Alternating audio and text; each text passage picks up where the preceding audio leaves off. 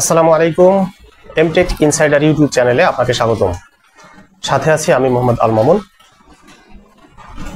চাকরিতে টিকে থাকতে হলে কর্মীদের এআই শেখার নির্দেশনা প্রদান করেছেন মাইক্রোসফট।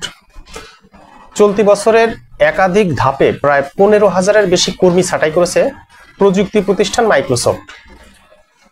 শুধু এআই নয়, তাদেরকে এআই এর খুঁটিনাটি সকল বিষয়ে খুব দক্ষ হয়ে পুনরায় যোগদানের কথা বলেছে।